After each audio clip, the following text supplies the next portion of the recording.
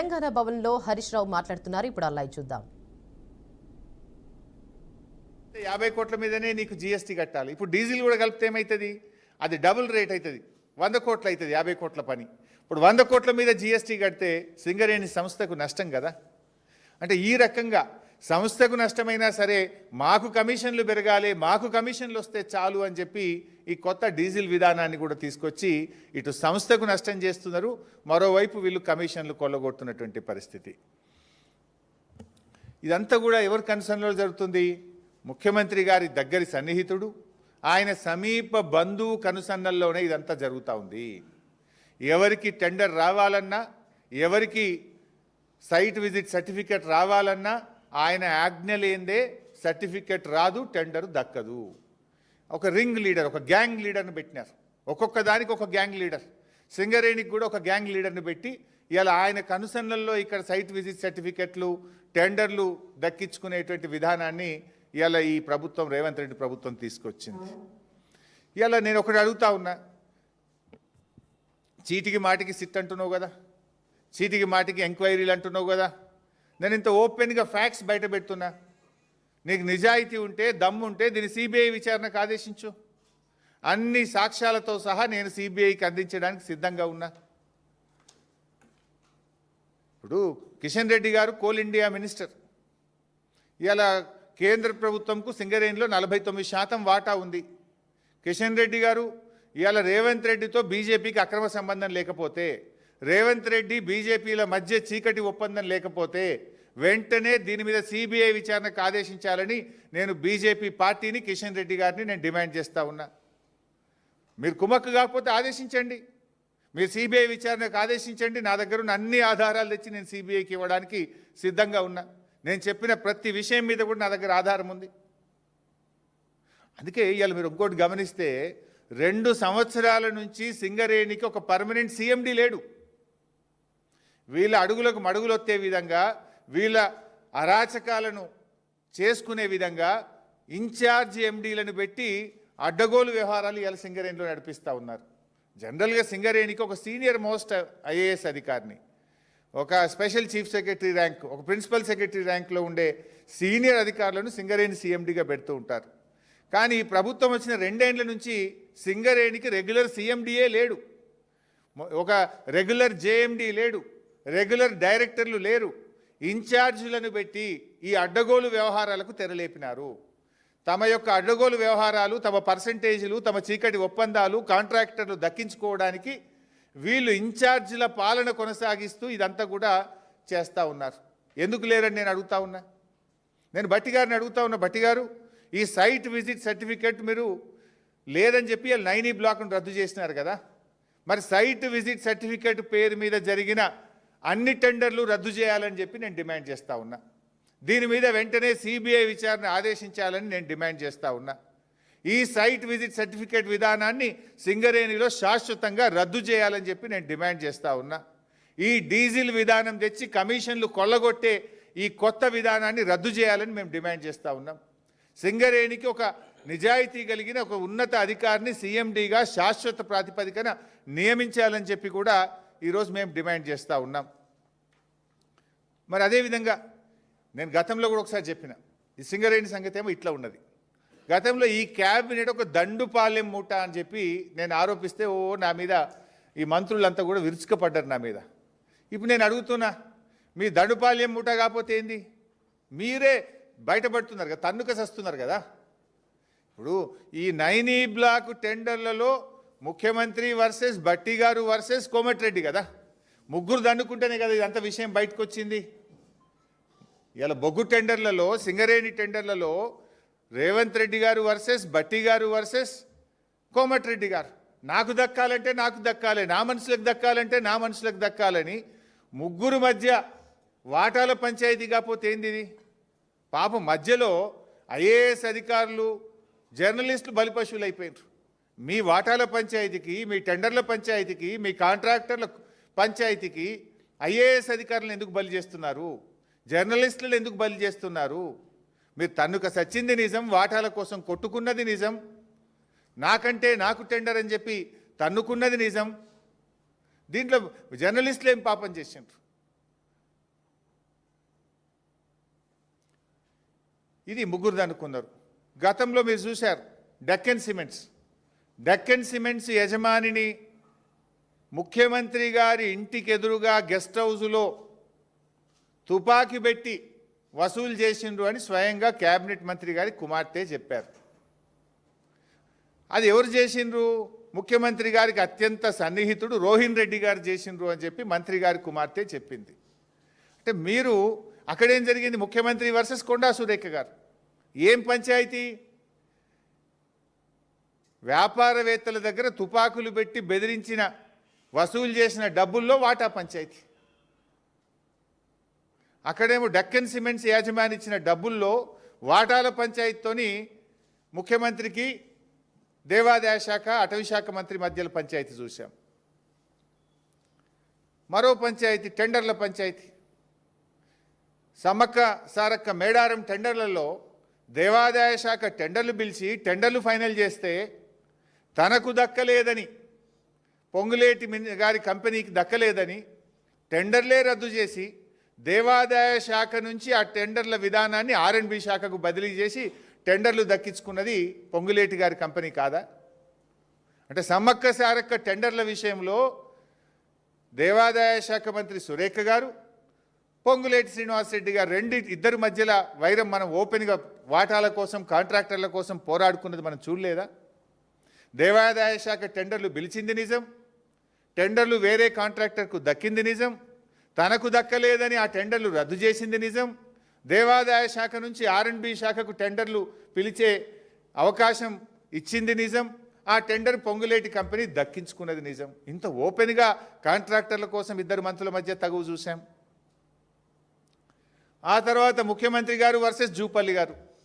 నా అల్లునికి కావాలంటే నా కొడుకు కావాలి, అదేమంటారు చూడు, హాలోగ్రామ్ టెండర్, సీల్ హాలోగ్రామ్ టెండర్లలో అల్లుడికి కావాలని మంత్రి గారు, కొడుకు కావాలని మంత్రి గారు, అల్లుడికి కావాలని ముఖ్యమంత్రి గారు.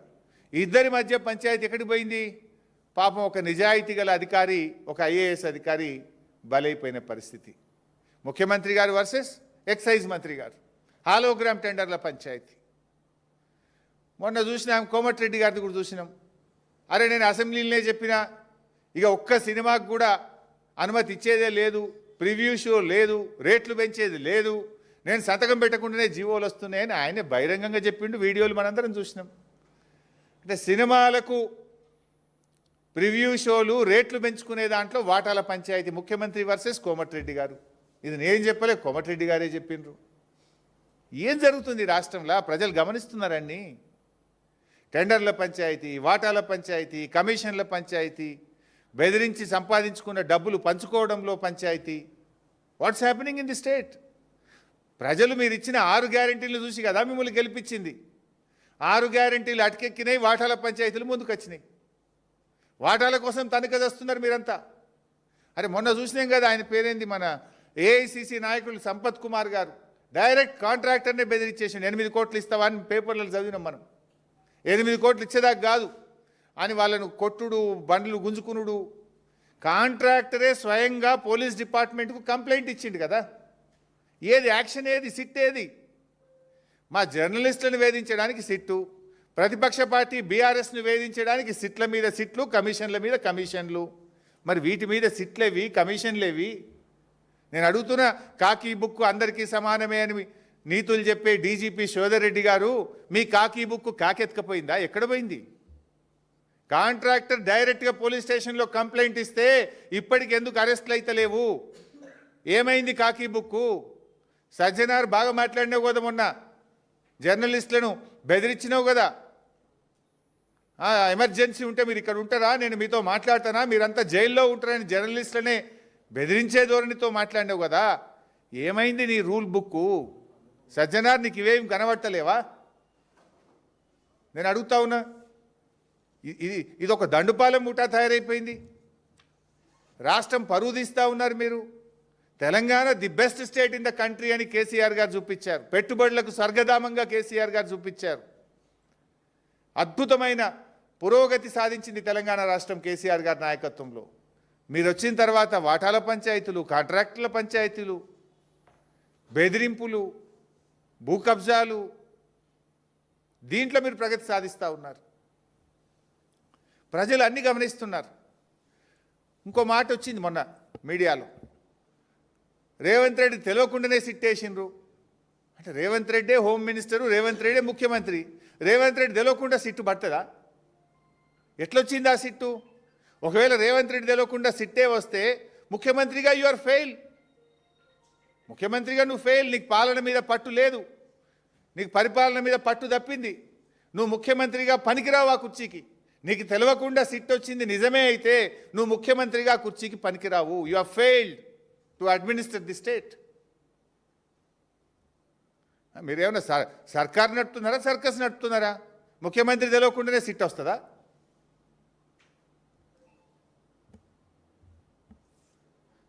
రేవంత్ రెడ్డి గారు నిన్న మాట్లాడిన వ్యాఖ్యలు చాలా తీవ్రంగా మేము ఖండిస్తూ ఉన్నాం. బీఆర్ఎస్ జెండా గద్దెలు కూల్చాలని మాట్లాడుతుండు. బిడ్డ, నువ్వు బీఆర్ఎస్ జెండా గద్దెల దోలికొస్తే నీ గద్దె కూల్త జాగ్రత్త అని చెప్పి హెచ్చరిస్తూ ఉన్నాం. దుమ్ము అయిపోతావు బిడ్డ నువ్వు. అయినా బీఆర్ఎస్ పార్టీ నువ్వు కూలిస్తే బీఆర్ఎస్ పార్టీ ఏదో జెండా గద్దెల్లో లేదు, ప్రజల గుండెల్లో ఉన్నది బీఆర్ఎస్ పార్టీ. బీఆర్ఎస్ పార్టీ జెండా గద్దెల్లో నువ్వు కూలిస్తే పోయే పార్టీ కాదు.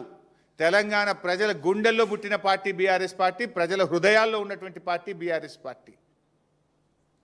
ఈ హౌలా మాటలు బంద్ చేయి, పిచ్చి పిచ్చి మాటలు బంద్ చేయి.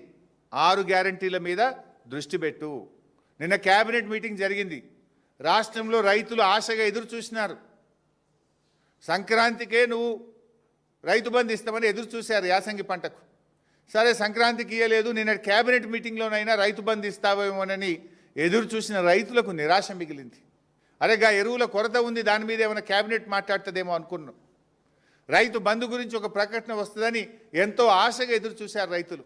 కానీ మేడారంలో జరిగిన క్యాబినెట్ మీటింగ్లో రైతు బంధు ఊసే లేదు, ఎరువుల కొరత గురించి చర్చే లేదు, పిల్లల ఫీజు రియంబర్స్మెంట్ గురించి ఇలా 20 లక్షల మంది పిల్లల జీవితాలతో ఆడుకుంటున్నాడు. నిన్న క్యాబినెట్ మీటింగ్లో గా పిల్లల ఫీజు రియంబర్స్మెంట్ గురించి ఒక చర్చ తీసుకుంటారేమో, నిర్ణయం తీసుకుంటారేమో అని ఎదురు చూసిన 20 లక్షల ఎస్సీ ఎస్టీ బీసీ పిల్లలకు నిరాశ మిగిల్చినావు కదా నువ్వు. అయినా ఎన్టీఆర్ గురించి నువ్వు మాట్లాడుతున్నావు. అసలు ఎన్టీఆర్ గారు ఆ పార్టీ ఎప్పుడు పుట్టిందండి? రాహుల్ గాంధీ మన ముఖ్యమంత్రి రాజీవ్ గాంధీ గారు మన ముఖ్యమంత్రి అంజయ్య గారిని అవమానిస్తే కదా తెలుగువారి ఆత్మగౌరవ నినాదంతో పుట్టింది ఆనాడు తెలుగుదేశం పార్టీ. ఇదే కాంగ్రెస్ పార్టీ ప్రధానమంత్రి రాజీవ్ గాంధీ గారు మన ముఖ్యమంత్రి అంజయ్య గారిని అవమానిస్తే ఆ రోజు తెలుగుదేశం పార్టీ పుట్టింది. తెలుగుదేశం పుట్టుకనే కాంగ్రెస్ వ్యతిరేకంగా. ఎన్టీఆర్ గారు ఆనాడు కాంగ్రెస్ పార్టీకి వ్యతిరేకంగా జాతీయ స్థాయిలో నేషనల్ ఫ్రంట్ నెలకొల్పిండు కదా. కాంగ్రెస్ భూస్థాపితమే నా లక్ష్యమని ఎన్టీఆర్ గారు ప్రతినబూనిండు కదా. నిజంగా కాంగ్రెస్ భూస్థాపితమైతే ఎన్టీఆర్ గారి ఆత్మశాంతి చేకూరుతుంది.